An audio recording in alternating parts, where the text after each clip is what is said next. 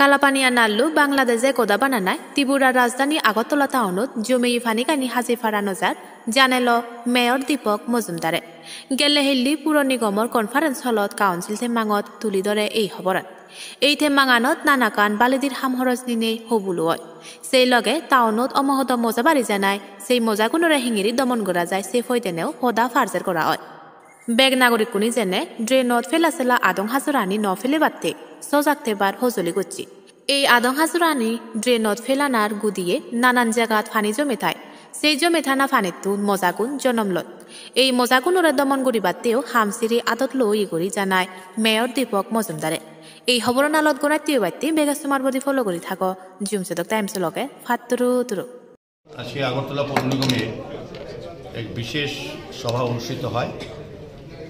উক্ত সভায় আমাদের উপস্থিত ছিলেন ডেপুটি মেয়র মহোদয়া, আমাদের কমিশনার সাহেব, আমাদের এমআইসি মেম্বারগণ, জোনালের চেয়ারপারসনগণ এবং সম্মানীয় কর্পোরেটররা, আমাদের বিভিন্ন দপ্তরের আধিকারিকগণ, প্রকৌশলীরা এবং কর্মচারী বন্ধুরা।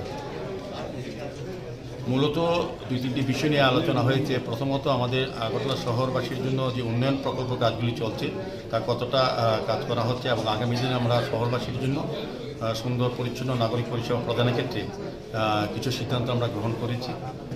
দ্বিতীয়ত এজেন্ডায় ছিল আমরা যেমন আগরতলা শহরে একটা প্রধান সমস্যা বা অভিযোগ অনেকের কাছে যে মশার উপদ্রব বেড়ে গেছে আগরতলা শহরে। সেক্ষেত্রে আমাদের আজকে আলোচনা হয় যে বিভিন্ন কর্পোরেটর মতামত দান করেছেন, আধিকারিক কথা বলেছি, কমিশনার সাহেবও আলোচনা অংশগ্রহণ করে আমরা দেখেছি যে আমাদের যে মেইন কারণ কালাপানিয়া যে কাজটা এটা আমরা সবটাই ম্যানুয়ালি করা টেকনিক্যালি বা মেকানিক্যালি করা যাচ্ছে না। অনেক জায়গাতে বেদখল আছে, অনেক জায়গাতে আমরা ম্যানুয়ালি চেষ্টা করছি, কিন্তু যে জলটা বাংলাদেশে যায় আমাদের সে যেটা আমাদের মেইন যেটা হার্টলাইন যেটা একটা হচ্ছে আখোরাখাল, একটা হচ্ছে কালাপানিয়া, শহরের সমস্ত জল এটা বাংলাদেশে যায়। কিন্তু এখন বাংলাদেশের অস্থির পরিস্থিতিতে আমরা দেখেছি বাংলাদেশে ওই জায়গাতে বাদ দিয়ে দিয়েছে। কালাপানিয়ার জলটা ইচ্ছে করলে আমরা পরিষ্কার করে পাস করতে পারছি না।